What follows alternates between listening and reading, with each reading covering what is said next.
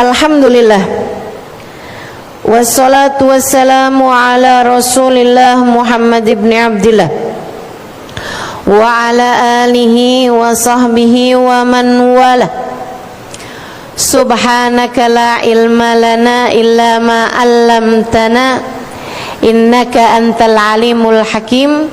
Rabbi shrah li sadri wa yassir li amri wahlul 'uqdatan min lisani yafqahu qawli, amma ba'du. Sama-sama kita sayangi, kita muliakan segenap keluarga besar dari Forum Cinta Ukhuwah Bali FCUB yang diketuai oleh Rosi Rashid. Kita doakan semoga Rosi beserta segenap keluarganya, kakak-kakaknya, semuanya senantiasa berada dalam rahmat ridha Allah Subhanahu wa taala, dalam pandangan kasih sayang dan cinta dari Allah Subhanahu wa taala. Dipanjangkan umurnya, disehatkan badannya, dimudahkan urusannya, kabulkan hajatnya, semakin dicinta Allah Subhanahu wa taala dan Rasulnya. Segenap syarifah, segenap ustadzah, segenap pimpinan pondok pesantren dan pimpinan majelis talim yang mudah-mudahan semuanya dimuliakan Allah Subhanahu wa taala, diberkahi Allah Subhanahu wa taala, dan juga tentu saja semua yang hadir di majelis ini, baik kakak-kakak, adik-adik, anak-anak, ibu-ibu, nenek-nenek, yang semoga semuanya disayang Allah, dicinta Allah, dimuliakan Allah, dibahagiakan Allah, dan semoga semuanya disayangi Rasulullah, disyafaati Rasulullah Muhammad sallallahu alaihi wasallam insyaallah. Amin ya rabbal alamin. Tema kita pada hari ini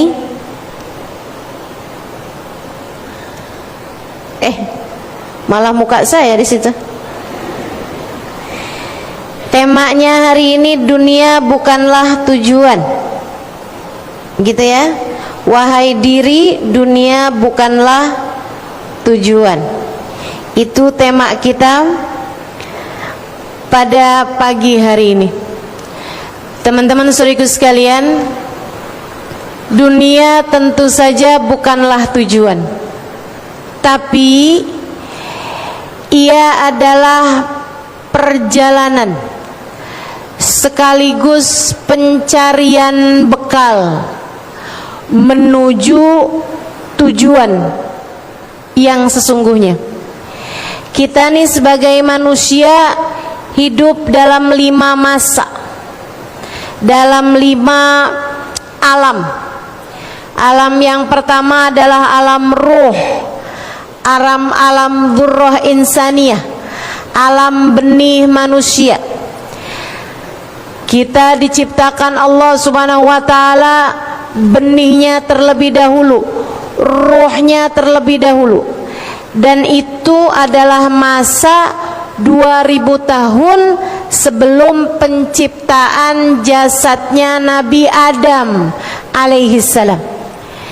Allah Subhanahu wa taala menciptakan ruh manusia yang akan hadir dari sejak Nabi Adam sampai ke manusia yang terakhir secara bersamaan.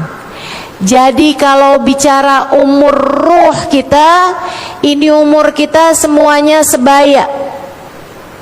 Kita sama nenek kita bahkan sama kakek moyang kita, itu ruhnya sebaya semuanya, seumur semua. Ini yang Allah Subhanahu wa taala ceritakan di dalam Al-Qur'an. Sesudah Allah Subhanahu wa taala menciptakan ruh ini, Allah kemudian mengadakan perjanjian sama ruh. Salah satu perjanjiannya, alastu birabbikum, bukankah aku adalah Tuhan kalian? Semua ruh menjawab, bala wa rabbina, betul ya Allah, iya ya Allah, Engkau adalah Tuhan kami. Karenanya para ulama menyampaikan bahwa sepanjang hidup manusia pasti ruhnya akan terus-terusan mencari makna dari alastu birabbikum, bukankah aku adalah Tuhan kalian. Pasti itu. Dari sejak kecil tuh orang pasti akan mencari-cari zat yang lebih kuat daripada dirinya. Makanya kenapa film-film anak-anak itu didominasi dengan pahlawan-pahlawan, super-superhero yang bisa terbang, yang bisa mengabulkan keinginan. Itu adalah salah satu bentuk dari pencarian ruh terhadap Tuhannya. Kerinduan ruh terhadap masa di mana Allah berkata, alastu birabbikum, bukankah aku adalah Tuhan kalian? Maka semua ruh yang ada menjawab, bala wa rabbina, betul ya Allah, Engkau adalah Tuhan kami. Anak kecil-kecil kan, Superman, bisa terbang, bahkan Doraemon punya baling-baling bambu. Betul begitu kan? Teman-teman sekalian, yang bisa dia pengen kemana bisa cepet pergi, pengen apa bisa ada, itu adalah karena rohnya mencari-cari tentang zat yang dulu mengatakan, aku kan Tuhan kalian. Dan mereka menjawab, bala wa rabbina, Engkau ya Allah adalah Tuhan kami. Saudariku sekalian yang saya muliakan, kemudian ruh ini Allah Subhanahu wa taala simpankan di bawah naungan arsy sampai ketika jasadnya sudah dipersiapkan. Kalau Nabi Adam, Allah ciptakan jasadnya dari tanah yang bercampur air, tanah liat. Allah kemudian sesudah ciptakan jasad Nabi Adam, Allah ambilkan rohnya, ditiupkan, hiduplah Nabi Adam alaihissalam. Kemudian Allah Subhanahu wa taala ciptakan Siti Hawa dari tulang rusuknya Nabi Adam. Allah ciptakan jasad Siti Hawa, kemudian Allah ambilkan rohnya Siti Hawa, ditiupkanlah ke jasad tersebut, hiduplah Siti Hawa. Sisanya semua manusia diciptakan dari bertemunya sel telur, bertemunya indung telur dengan sperma laki-laki di masa subur, hingga terjadilah pembuahan, kemudian terciptakanlah jasad manusia. Ketika jasad tersebut berusia 3 kali 40 hari, yaitu sama dengan 4 bulan, Allah Subhanahu wa taala kemudian mengambilkan ruhnya, ditiupkanlah ke jasad tersebut. Saudariku sekalian, maka ruh yang asalnya tinggal di bawah naungan arsy-Nya Allah Subhanahu wa taala kemudian menjalani masa hidup yang berikutnya, yaitu masa rahim. Kita berada di rahim ibu kita sekitar 5 bulan. Awalnya 4 bulan tadi ini kan jasadnya, kemudian kita tinggali jasad tersebut dengan ruh kita tadi ini selama 5 bulan. Pada usia 9 bulan sejak masa kehamilan, ibu kita kemudian melahirkan kita. tinggallah kita di masa hidup yang ketiga, yaitu saat kita sekarang berada masa hidup kita di dunia. Saudaraku sekalian saya muliakan, enggak langsung diminta menjalani kehidupan sesuai dengan apa yang Allah aturkan. Kita di tahun-tahun pertama kehidupan hanya diminta untuk belajar, hanya diminta untuk mengenal dengan bantuan orang tua dan lingkungan. Kita pun kemudian mulai mengenal Allah, kita pun kemudian mulai mengenal Rasulullah, kita pun kemudian mulai mengenal syariat agama Islam, hingga kemudian pada usia 10 tahun, 11 tahun, 12 tahun, dan mayoritasnya 13 tahun, kita pun kemudian masuk usia balik. Pada saat itulah mulailah malaikat Raqib dan Atid diperintahkan Allah untuk mencatat kehidupan kita, baik maupun buruknya, taat maupun maksiatnya, mengerjakan pahala maupun dosa-dosanya, semuanya dicatat di dalam buku kehidupan kita oleh malaikat Raqib dan Atid. Sampai kapan?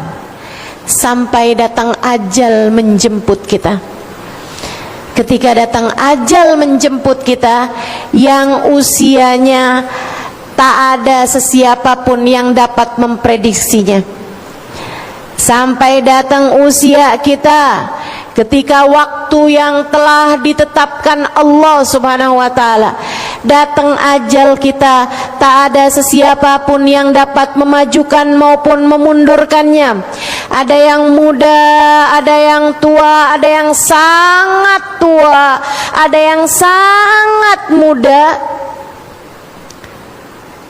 Ketika datang ajal menjemput kita, kita pun berpindah dari alam dunia ini menuju ke alam yang berikutnya, alam yang keempat, yaitu alam kubur.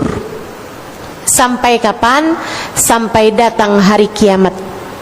Ketika datang hari kiamat, kita pun berpindah kepada alam yang terakhir, yaitu alam akhirat. Ditandai dengan kiamat, berakhir dengan menjadi kekal di surga ataupun naudzubillah min dzalik, di dalam neraka. 5 alam yang telah tadi saya sebutkan: alam ruh, alam benih, alam dzurrah insaniyah, kemudian alam rahim. Ini yang sangat singkat, hanya sekitar 5-6 bulan saja. Kemudian sudah itu alam yang kita sekarang berada, yaitu alam dunia, untuk kemudian alam kuburan yang menjelang pada kita lebih lama daripada alam dunia kita. Untuk kemudian sesudahnya kita akan berada di negeri akhirat, yang sekali lagi diawali dengan datangnya kiamat, sampai kemudian berakhir dengan menjadi kekal. Khuliqatir ruhu lil abad, kata Nabi Muhammad sallallahu alaihi wasallam, ruh tercipta untuk keabadian. Masalahnya ada yang kekal abadi dalam kenikmatan di surga Allah Subhanahu wa taala, dan ada juga yang naudzubillah tsumma naudzubillah menjadi kekal abadi di dalam neraka Allah Subhanahu wa taala. Naudzubillah min dzalik. Masa dunia ini singkat, teman-teman saudaraku sekalian. Terhitung dari sejak kamu balik, yang diperhitungkan, yang menjadi bekal. Masa dunia dari sejak kamu lahir sampai kamu mati. Tapi yang mulai dicatat dari sejak kamu balik sampai kamu mati, ada yang 10 tahun, ada yang 20 tahun, ada yang 30 tahun dari masa balignya sampai kematiannya, ada yang 40 tahun, ada yang 50 tahun, ada yang 60 tahun. Katanya Nabi Muhammad sallallahu alaihi wasallam, a'mar ummati ma baina sittin wa sab'in. Umurnya umatku kebanyakan antara 60 sampai 70 tahun saja. Wa qalil man yujawiz thamanin. Sedikit saja umatku yang umurnya sampai lebih dari 80 tahun. Bu, kalau udah umurnya di atas 80 tahun, sakit sedikit aja orang udah doainnya husnul khotimah. Teman-teman sekalian, sedikit saja umurnya umat ini, sedikit yang sampai lebih dari 80 tahun, dan bisa dikatakan gak ada yang usianya di atas 120 tahun. Gak ada sekarang ini di atas muka bumi orang yang usianya di atas 120 tahun, apalagi 150 tahun. Udah gak ada, teman-teman sekalian. Pendek aja. Tapi kalau ditanya yang di dalam kuburan sudah hidup 120 tahun, ada apa nggak ada? Banyak. Yang di dalam kuburan sudah berusia 240 tahun sejak masuk dalam kuburan, ada apa nggak ada? Yang dalam kuburan sudah berada di sana 2000 tahun, ada apa nggak ada? Banyak. Betapa kita tahu umur kita di dunia ini sangat sebentar sekali. Alam kuburmu nanti jauh lebih panjang dari masa hidupmu di dunia. Belum lagi sesudah masa kubur tersebut terjadi hari kiamat, kemudian semuanya dimatikan, sampai bahkan malaikat sang peniup sangkakala pun Allah SWT matikan juga. Di masa 40 kata Nabi Muhammad, ada yang meriwayatkan 40 tahun, ada yang meriwayatkan 40 hari. Allah sendirian, benar-benar sendirian. Allah bertanya, limanil mulkul yaum, limanil mulkul yaum. Siapa yang berkuasa sekarang? Siapa pemilik kekuasaan sekarang? Siapa raja yang sesungguhnya sekarang? Lillahil wahidil qahar. Allah sendiri yang menjawab, sekarang kerajaan hanya milik Allah semata, Zat yang maha agung lagi maha perkasa. Kemudian Allah hidupkan kembali malaikat Israfil. Wa nufikha fihi ukhra fa idzahum qiyamun yanzurun. Allah SWT perintahkan malaikat Israfil untuk kembali meniupkan sangkakala yang keduanya. Mereka pun kemudian hidup kembali. Turun hujan, yushbih mani rijal kata Nabi Muhammad. Turun hujan serupa dengan maninya kaum laki-laki. Kemudian dari bumi yang sekarang sudah Allah gantikan menjadi tanah lapang bernama mahsyar, Allah SWT kemudian hidupkan manusia kembali. Hidup semuanya berbarengan dengan cepat sampai semuanya sama tinggi, usianya kurang lebih sama, di usia sekitar 33 tahun. Demikian ceritanya baginda Nabi besar Muhammad. Jarak matahari didekatkan. Saat itulah semua manusia dari zaman Nabi Adam hingga zaman yang terakhir berada di padang mahsyar. Berapa lama ustazah? Lama sekali. Lama sekali. Kepanasan, kegerahan, ada yang tertimbun dengan keringatnya sendiri, ada yang keringatnya sampai ke leher, ada yang keringatnya sampai ke mata kaki, sementara sebagian yang lain tidak berkeringat sama sekali. Saudariku sekalian, sampai kemudian perwakilan dari para nabi-nabi memiliki ide untuk meminta pertolongan kepada para nabi-nabi. Datanglah mereka kepada Nabi Adam, datanglah mereka kepada Nabi Nuh, datanglah mereka kepada Nabi Musa secara berganti-gantian. Tapi semua nabi-nabi tersebut bahkan hanya mengangkat tangan mengatakan, saya tak mampu berbuat apa-apa untuk kalian kali ini, datanglah kepada nabi yang lain. Hingga datanglah mereka kepada Nabi Muhammad yang kemudian berkata, Ana laha, akulah yang dapat memberikan pertolongan untuk kalian semuanya. Pada hari ini Allah kemudian mengijabah doanya Nabi Muhammad, dipindahkanlah manusia kepada marhalah yang berikutnya, masa yang berikutnya, yaitu masa pembalasan. Panjang sekali.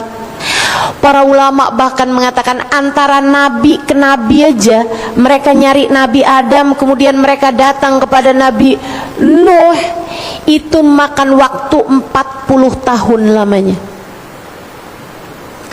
Saudaraku sekalian saya muliakan, sampai masa pembalasan, masa penghisaban, perhitungan amal itu pun panjang sekali. Dimulai dari diberikannya sahifah, diberikannya buku rapot kehidupan kamu. Ini yang Allah Subhanahu wa taala ceritakan dalam surat Al-Kahfi. Ya wailata hadzal kitab la yughadiru saghiratan wala kabiratan illa ahsaha. Ya ampun, ini buku-buku apaan sih? Ini kitab-kitab apaan? Kenapa semua kata-kata saya ada di sini? Sayyidina sahabat yang mulia Sayyidina Ibnu Abbas meriwayatkan, la yughadiru saghiratan wala kabiratan illa ahsaha. Beliau mengatakan bahwa saat seseorang tertawa, Allah bahkan, malaikat bahkan tidak menuliskannya hanya Halimah tertawa, nggak gitu tulisannya, tapi hanya berapa semua ketulis semuanya, nggak kecil nggak besar, semuanya ada dalam catatan kehidupanmu.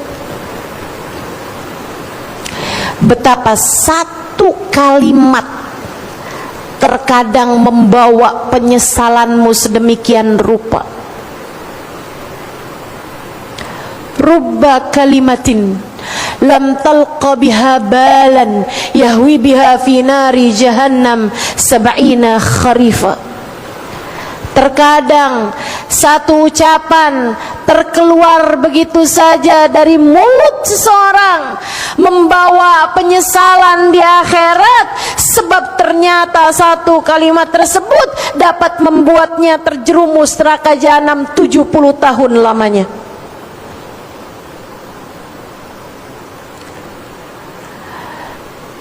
Kemudian dibukakan layar, diperlihatkan kehidupan seseorang dari balegnya sampai dengan wafatnya, sampai dengan kematiannya. Ada banyak, Nabi Muhammad bercerita, ada banyak orang-orang yang ketika dibuka aib-aibnya di hadapan semua manusia, di hadapan para nabi-nabi, di hadapan semua orang pada saat tersebut, dari malunya dia ketika dibuka aibnya sampai berguguran daging wajahnya hari itu.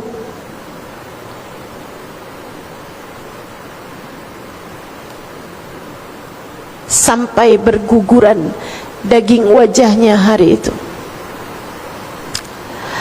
Allahumma ya satirul hal la takshifhu ya Allah. Wahai Zat yang maha menutup aib, jangan pernah buka aib-aib kami di hadapan hamba-hambamu ya Allah. Sitrakal ladzi la yankashif fid dunya wal akhirah, Kami mohon penutupan aib darimu ya Allah, di dunia maupun di akhirat. Allahumma ya man azharal jamil wa sataral qabih, wahai zat yang telah menutup rapat-rapat aib-aib kami dan hanya menunjukkan yang bagus-bagus saja selama ini, penutupan aibmu di akhirat nanti lebih kami harapkan lagi.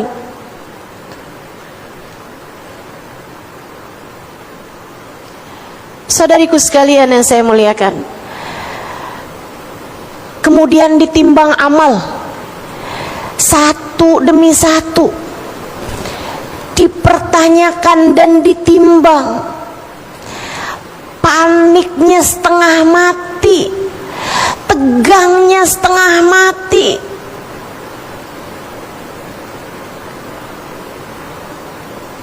Kemudian ada masanya para umat mencari nabi-nabinya untuk meminta syafaat. Kemudian ada masanya umat diperkenankan minum dari telaga nabi-nabinya, sementara yang tidak mengikuti nabi-nabi tersebut hanya akan menjadi orang-orang yang tertolak dan diusir dari telaga nabi-nabinya.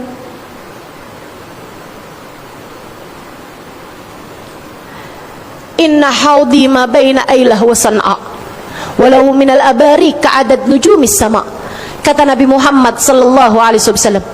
Sesungguhnya telagaku namanya Kautsar yang Allah Subhanahu wa taala sebutkan dalam Al-Qur'an. A'udzubillahi minasyaitonir rajim. Bismillahirrahmanirrahim. Inna a'tainakal Kautsar. Sesungguhnya kami telah menghadiahkan kepadamu wahai Nabi Muhammad telaga Kautsar. Kata Nabi, haudi ma baina Ailah wa San'a. Telagaku itu panjang sepanjang kota Ailah di Mesir dan San'a, sebuah kota di Yaman. Panjangnya kayak dari Jakarta ke Surabaya. Panjang telaganya Nabi Muhammad, lebih dari itu. Walahu minal abari ka'adad nujumis sama. Ada cangkir-cangkirnya sebanyak bilangan bintang di angkasa. Siapa yang meminumnya niscaya tidak akan haus selamanya. Artinya siapa yang meminumnya pertanda bahwa dia akan masuk ke dalam surga, sebab di neraka semua orang bakal kehausan. Karenanya yang puasa hari ini dan saat ini mungkin sedang berada dalam kehausan, saya mendoakanmu semoga hari itu kamu tidak akan diberi kehausan oleh Allah Subhanahu wa taala, diberi minum dari telaganya Nabi besar Muhammad sallallahu alaihi wasallam. Saudariku sekalian yang saya muliakan, barulah kemudian sesudah itu kita kemudian berada dalam masa melewati jembatan Sirat yang terbentang di atasnya neraka, di ujungnya adalah pintu surga. Wa inhum illa wariduha, kata Allah dalam Al-Quran. Semua dari kalian akan melewati neraka, sebab neraka terbentang di atas jembatan. Kalian semuanya bakal lewat di atas jembatan tersebut, dan orang pertama yang melewatinya adalah baginda kita Nabi besar Muhammad sallallahu alaihi wasallam. Beliau adalah orang pertama yang melewati jembatan Sirat, sebab kunci surga berada di tangannya. Meskipun begitu, beliau sesudah membuka pintu surga, beliau hanya akan berdiri di pintu surga sebelah kiri. Di samping kiri arsy-nya Allah Subhanahu wa taala. Di sana terdapat menara, di sana terdapat mimbar yang Nabi Muhammad bercerita, inna mimbari ala yasari arsyir rahman, sesungguhnya mimbarku berada di samping kiri arsy-nya Allah Subhanahu wa taala. Rasul, bukankah engkau biasanya menyukai yang kanan-kanan? Mengapa engkau memilih mimbar yang sebelah kiri? Nabi Muhammad menjawab, sebab mimbar yang itu paling dekat dengan jembatan, paling dekat dengan neraka. Dari sana aku mau melihat umatku saat melewati jembatan tersebut. Hingga apabila umatku tergelincir kakinya dari atas jembatan, dia dapat memandang wajahku. Kemudian dia akan memanggil namaku seraya berkata, wa Sayyidah, wa Muhammadah, duh Nabi Muhammad tolong saya, wahai Nabi Muhammad selamatkan saya. Kata Nabi Muhammad sallallahu alaihi wasallam, wa inni akhidun bi'ujazikum minan nar, aku akan menarik lenganmu dari api neraka hingga tidak sampai masuk ke dalam neraka. Aku selamatkan kamu kembali di atas jembatan hingga kamu dapat masuk ke dalam surga Allah dengan syafaatku. Ya bakhtana bin Nabi, kita beruntung jadi umat Nabi Muhammad sallallahu alaihi wasallam.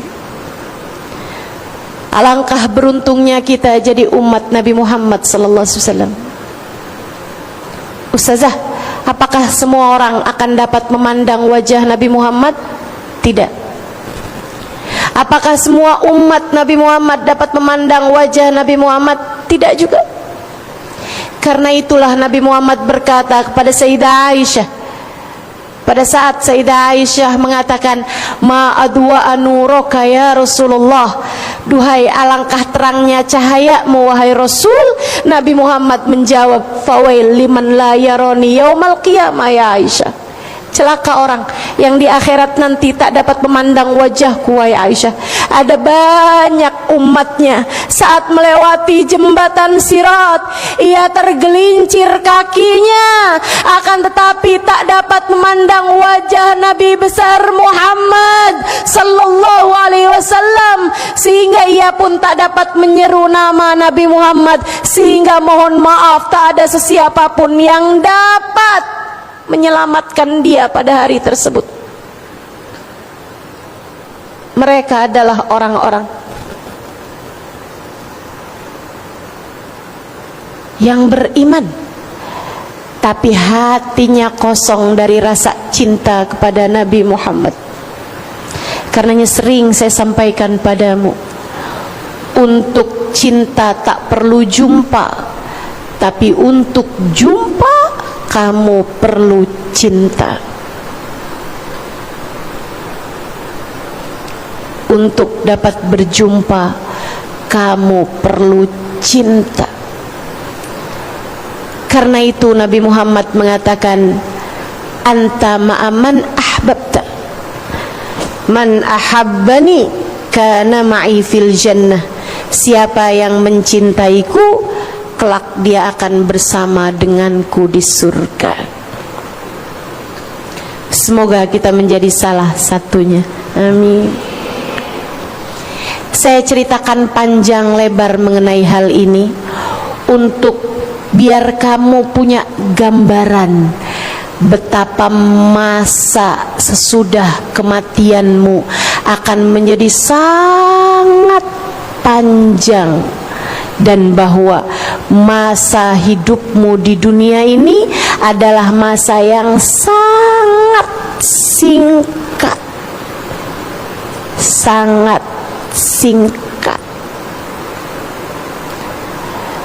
Tapi masalahnya yang singkat ini, dari sejak kamu balik sampai mati ini, teman-teman saudariku sekalian, masa panjang sesudah kamu masuk dalam kuburan sampai dengan surga atau neraka sebagai tempat kamu kembali, semuanya bergantung dari masa pendekmu di atas muka bumi ini. Jika kamu baik di sini, kamu akan bahagia di sana. Jika kamu tidak baik di sini, di dunia yang singkat ini, kamu akan sengsara untuk masa selama-lamanya. Di sana, dikubur dan di masa sesudahnya. Sebab dunia bukanlah tujuan. Ia hanyalah sedikit perjalanan. Ia hanyalah perjalanan pendek.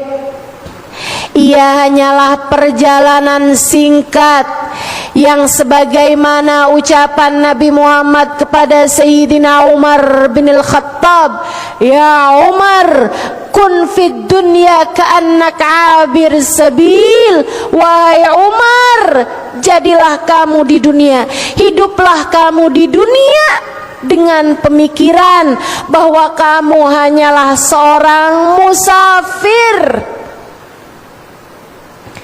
Kita hanyalah seorang yang sedang melakukan perjalanan pendek beberapa hari untuk kemudian kita melanjutkan perjalanan panjang kita. Masalahnya di pendek perjalanan inilah kita diminta untuk mengumpulkan sebanyak-banyak bekal, sebab masa panjang sesudahnya hanya akan bergantung dengan masa pendekmu di sini. Karenanya sering saya sampaikan, jika hidupmu di dunia ini hanya untuk dunia, maka bekal mana yang kamu akan bawa untuk masa kekalmu kelak di akhirat? Jika hidupmu di dunia hanya sekedar untuk mencari dunia, bekal yang mana yang akan kamu bawa? Mati. Jika semua yang kamu usahakan di dunia hanyalah untuk duniamu, yang mana yang akan kamu bawa untuk akhiratmu? Saudariku sekalian yang saya muliakan, jangan sampai kamu menjadi seorang yang menyesal, karena ternyata semua yang kamu upayakan, semua yang kamu usahakan, semua yang kamu pedulikan di atas muka bumi ini, ternyata tak ada sedikit pun yang kamu bawa begitu kamu masuk ke dalam alam kuburmu. Menabunglah, masukkan saldo sebanyak-banyaknya untuk kamu bawa ke negeri akhiratmu nanti.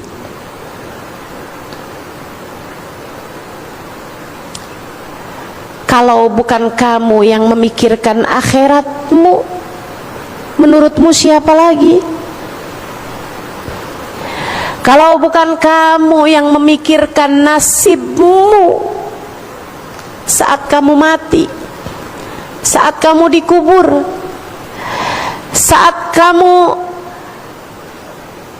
di mahsyar, saat kamu dihisab, saat kamu diperhitungkan, saat dibuka layarmu lebar-lebar, saat kamu melewati jembatan, kalau bukan kamu sendiri yang memikirkan nasibmu, kamu pikir siapa lagi? Tak ada siapapun, tak ada siapapun yang akan menanggung kehidupan kamu selain dirimu sendiri. Tak ada siapapun yang akan dihisab atas perbuatanmu selain kamu sendiri. Tak ada sesiapapun yang akan dimintai pertanggungjawaban atas perbuatan dirimu selain kamu sendiri. Karenanya, menurutku sudah waktunya kamu memikirkan tentang hal ini sekarang juga. Sudah waktunya bagimu untuk memikirkan tentang hal ini.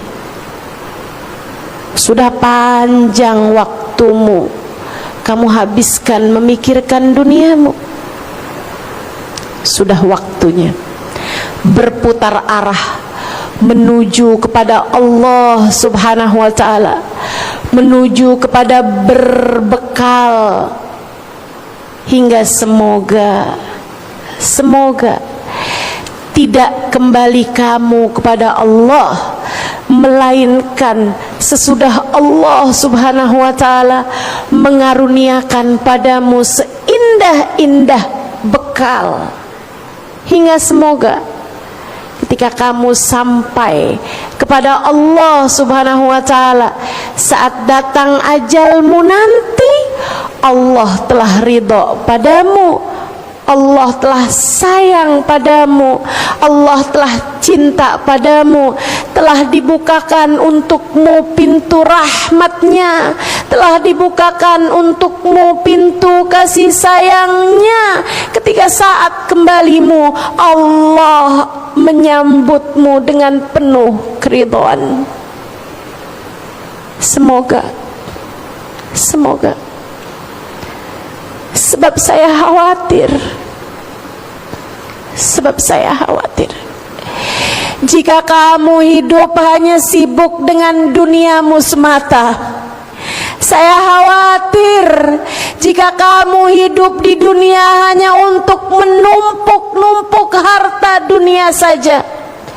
Saya khawatir jika kamu hidup hanya sibuk-sibuk mengemis-ngemis cinta manusia saja. Hari-harimu kamu pikirkan tentang apakah suamimu mencintaimu, apakah dia tidak berpaling hati darimu, kemana sajakah dia hatinya selama ini, apakah seluruh cintanya, seluruh hartanya hanya untuk semata-mata dirimu belaka, ataukah ada perempuan lain yang selama ini dia simpan di dalam hatimu. Sibuk terus pikiranmu ke arah sana, hingga kamu sibuk hari-harimu untuk meninggikan hidungmu, mempercantik wajahmu, membuat mulus kulitmu. Saya khawatir saat waktumu tiba, Allah belum ridho padamu. Allah berkata, bagaimana aku mencintaimu jika selama ini kamu tak pernah tertarik dengan cintaku?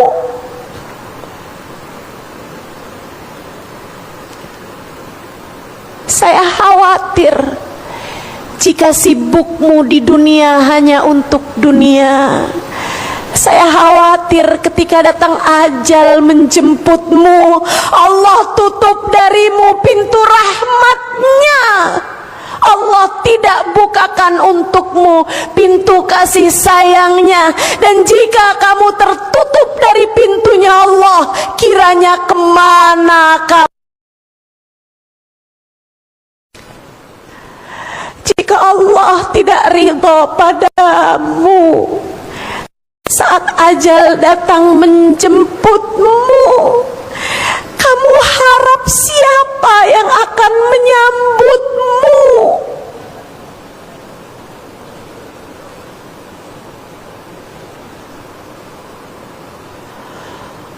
Wa qala rabbirji'un la'alli a'malu salihan fima taraktu.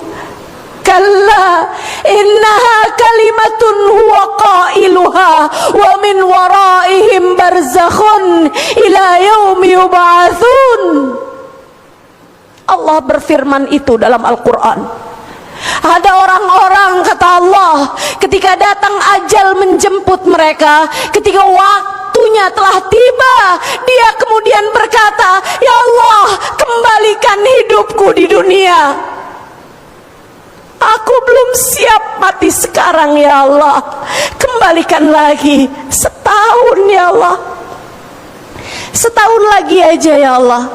Enggak boleh setahun, sebulan, ya Allah. Enggak boleh sebulan, seminggu aja, ya Allah. Enggak boleh juga sehari, ya Allah. Kembalikan hidupku di dunia, la'alli a'malu salihan fima taraktu. Aku akan mengerjakan amal-amal kebaikan yang selama ini aku tinggalkan. Aku akan sholat, ya Allah. Aku akan berzikir, ya Allah. Aku akan bersolawat kepada kekasihmu, ya Allah. Aku akan mengemis-ngemis cinta darimu, ya Allah. Aku akan beristighfar memohon ampunan padamu, ya Allah. Aku akan bersedekah, ya Allah. Aku akan berbuat kebaikan, ya Allah. Aku akan berbakti kepada orang tuaku, ya Allah. Aku akan menebarkan kebaikan kepada siapapun. Aku tidak akan sibuk dengan diriku, ya Allah. Aku tidak akan sibuk memberi makan hawa nafsuku, ya Allah. Kembalikan lagi hidupku di dunia, ya Allah. La'alli a'mal salihan fima taraktu. Kata Allah, kalla innaha kalimatun huwa qailuha. Kalla, tidak lagi. Innaha kalimatun huwa qailuha. Itu hanyalah kalimat yang akan keluar darimu begitu saja. Itu adalah doamu yang aku tak lagi sudi mendengarkannya. Wa min waraihim barzakhun. Sekarang saatnya adalah alam barzakh. Rasakan hidupmu di alam barzakh ila yaumi yub'atsun, sampai hari pembalasan, sampai datangnya hari kiamat. Aku akan memperhitungkan segala sesuatunya denganmu.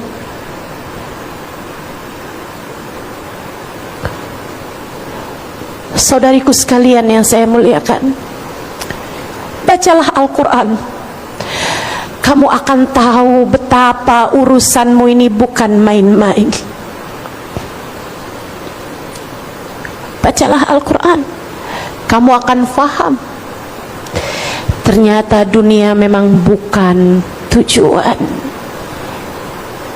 Ia adalah pencarian bekal. Ia adalah pencarian bekal. Ia adalah acaramu buat nabung. Karenanya Sayyidina Ali bin Abi Thalib mengatakan, ad-dunya darul amal la jazaa fiha wal akhirah darul jaza la amala fiha. Duniamu sekarang adalah waktumu untuk bekerja. Jangan ngarep gajiannya di dunia, jangan ngarep upahnya di dunia. Dan akhirat adalah tempatnya gajian, adalah tempatnya pembalasan. Tidak lagi kamu akan diminta untuk bekerja di akhirat. Sekarang dunia waktunya kerja. Sekarang dunia waktunya berbekal. Semoga Allah Subhanahu wa taala menganugerahkan kepada kita seindah-indah bekal untuk kita bawa menuju alam akhirat kita. Amin ya rabbal alamin. Jika kamu sudah faham ini, saatku memberitahu padamu tentang seindah-indah bekalnya, tentang apa yang seharusnya kamu jadikan sebagai pembekalan di sisa kehidupanmu ini. Yang pertama, bagusin niat. Teman-teman, dalam sebuah kitab saya baca kitab ditulis ulama terkemuka. Akhirat, surga kekal. Padahal orang Islam, orang mukmin jalanin kehidupannya hanya sebentar. Misalnya ada orang balik ngerjain taat setahun, 2 tahun, 3 tahun, kemudian meninggal dunia. Atau misalnya ada orang masuk Islam di usia 60 tahun, kemudian dia meninggal dunia hanya di usia 60 tahun tambah 3 bulan. Atau misalnya ada orang Islam, dia ngerjain maksiat atau hidupnya biasa-biasa saja, ada taat, ada maksiat, tapi kemudian dia bertaubat. Dia bertaubat pada Allah Subhanahu wa taala. Dia memperbaiki kehidupannya. Dia mengarahkan biduk kehidupannya menuju kepada Allah Subhanahu wa taala. Beberapa hari kemudian dia meninggal dunia. Semua yang tadi telah saya sebutkan ini, di akhiratnya dia akan mendapatkan surga dan dia kekal di dalam surganya. Padahal ia hanya mengerjakan ketaatan beberapa waktu aja, tapi balasannya panjang di surga. Sebaliknya, kalau ada orang dia hidup dalam kemaksiatan, atau dia semula hidup dalam kebaikan, kemudian dia terfitnah, keluar dari kebaikannya, keluar dari ketaatannya, kemudian dia sibuk dengan dunianya, dia sibuk dengan maksiatnya, kemudian dia meninggal dunia tanpa membawa iman, dia meninggal dunia dalam su'ul khatimah, dalam kematian yang buruk. Dia pun kemudian Allah Subhanahu wa taala masukkan ke dalam neraka kekal selama-lamanya. Kenapa? Padahal dia hanya bermaksiat sebentar, padahal dia hanya berbuat dosa sebentar, setahun, 2 tahun, 3 tahun, sebentar, tapi masa panjang kekal di dalam neraka selama-lamanya. Kenapa? Kenapa balasan segala sesuatu selama-lamanya, padahal perbuatannya hanya sebentar saja?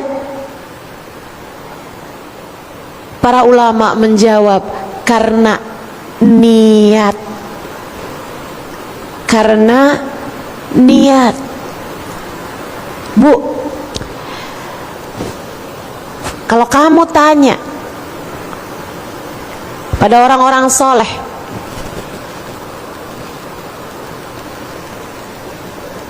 atau kalau mau kamu tanya, gak usah orang soleh-soleh banget deh, saya gak soleh-soleh banget.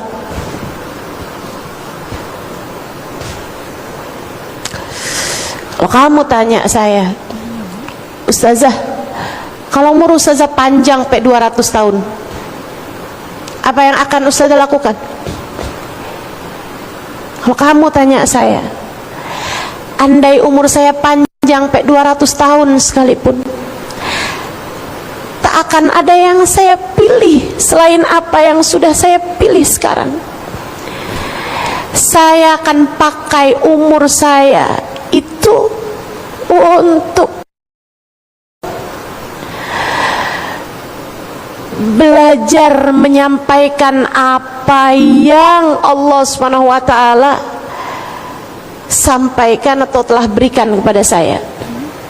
Saya akan sibuk melakukan apa yang saya sibukkan diri saya sekarang ini. Kalau umur saya Allah panjangkan lebih lagi, misalnya saya hanya akan pergi ke berbagai macam daerah, negara, pulau, untuk saya bercerita tentang Allah dan Rasulnya.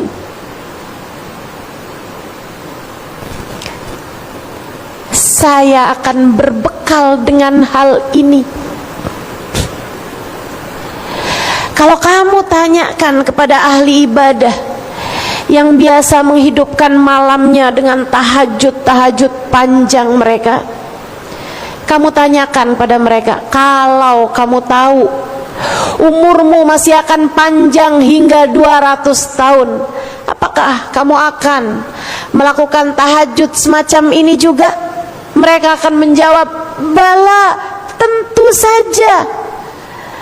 Seberapapun panjangnya umur saya hanya akan melakukan hal ini, sebab inilah yang akan saya bawa menuju akhirat Allah Subhanahu wa ta'ala. Kalau saya tanya padamu, bukankah kamu selama ini mengerjakan sholat fardu? Betul kan? Subuh tadi sholat apa enggak? Sholat. Tentu saja kecuali yang sedang berhalangan. Subuh tadi sholat apa enggak? Yang tidak berhalangan sholat, bukan? Teman-teman sekalian, kalau kamu tahu umurmu sampai 120 tahun, kira-kira kamu akan lanjut sholat subuh apa enggak setiap pagi? Sholat, tentu saja. Dari situlah kamu dibalas Allah dengan kekekalan. Dari niat itulah Allah membalasmu, teman-teman saudaraku sekalian. Dari situlah Allah membalasku. Allah membalas siapapun hamba-hambanya yang soleh-soleh dengan Allah masukkan ke dalam surga. Sholat duhurnya hanya 20, 30, 40, 50 tahun dalam hidupnya, tapi Allah akan membalas sholat subuh ini dengan balasan yang kekal. Sebab andai pun dia berumur lebih panjang lagi, dia akan juga melaksanakan hal tersebut. Dan karena niat inilah Allah Subhanahu wa ta'ala menjadikan balasannya kekal. Karena itulah saya sampaikan padamu, perbanyaklah niat-niat soleh, perbanyaklah niat-niat baik, perbaharuilah niat-niatmu, baguskanlah niatmu, sebab kamu hanya akan dibalas Allah sesuai dengan niatmu tersebut. Niatmu bagusin. Niat hidupmu buat apa? Perbaiki jika memang belum tepat. Niat itu kayak tujuan. Nih, niat hidup kamu buat apa? Kayak semacam tujuan hidup kamu nih mengarahnya kemana gitu. Kalau kamu, saya hidup ini buat buat anak-anak saya, biar hidup mereka makmur. Kamu niat hidup kamu buat apa? Saya niat hidup saya itu pengen membahagiakan orang tua saya. Niat hidup kamu buat apa? Niat hidup saya itu buat membahagiakan suami saya. Niat hidup kamu buat apa? Buat biar saya sehat. Biar saya sehat, biar saya kuat, sampai di masa tua saya kuat. Itu niat hidup saya. Ini saya kasih tahu. Saudara sekalian, kalau niat hidupmu itu hanya akan berakhir dengan kematian, ini yang saya sebut bahwa kamu masih berniat dengan niat-niat duniawi. Dan itu akan sia-sia saat kamu masuk ke dalam alam kuburmu nanti. Sia-sia belaka. Sebab begitu kamu masuk dalam kuburmu, anakmu gak akan ikut kamu bawa, suamimu gak akan ikut kamu bawa, bahkan dirimu, badanmu, tubuhmu hanya akan menjadi santapan rayap-rayap tanah. Ustazah, bukankah kita diperintahkan Allah membahagiakan orang tua kita? Teman-teman, kalau kamu berbuat itu karena Allah, ya, itu namanya berbekal. Tapi kalau kamu menjadikan itu hanya untuk duniamu semata, yaitu namanya bukan buat Allah Subhanahu wa ta'ala.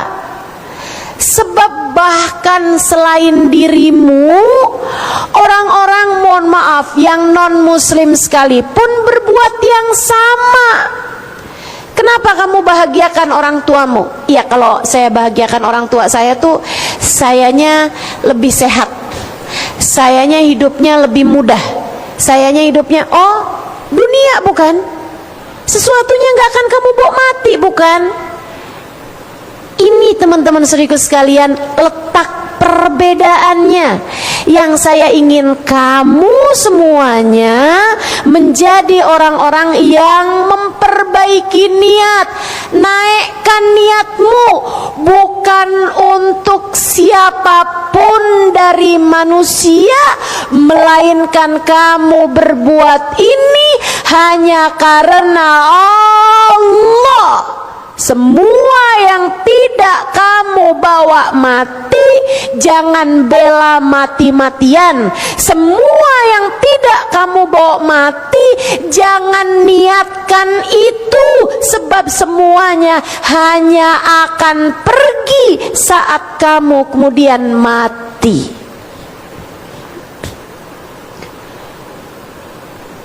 Yang datang dan pergi, jangan kamu jadikan hidupmu untuk mereka. Jadikan hidupmu hanya untuk yang tak akan pernah pergi. Jadikan hidupmu hanya untuk Allah.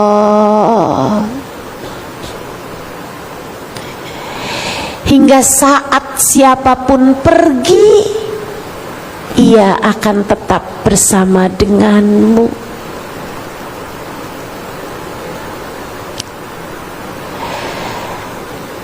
Tahun lalu saya diuji Allah dengan sakit. Sakit yang cukup berat. Ada tulang belakang saya ini yang pecah, membuat saya beberapa waktu sampai dengan tak mampu berdiri apalagi berjalan. Ada hari-hari, ada masa-masa di mana terkadang saya berbaring di waktu malam. Suami saya di samping saya rasa, saya bisa merasakan suami saya sayang sama saya. Tapi di waktu malam ia tertidur dengan lelap di samping saya, sementara saya sakit yang saya rasakan membuat saya tak mampu tidur, bahkan beberapa menit saja sekalipun. Saudaraku sekalian, ini mengajarkan kepada saya bahwa ternyata manusia tak seberarti itu. Bahkan yang sangat sayang kepada kita sekalipun, apalagi yang tidak punya rasa kepada kita. Bahkan sejak masih di dunia ini, manusia tidak seberarti itu, teman-teman.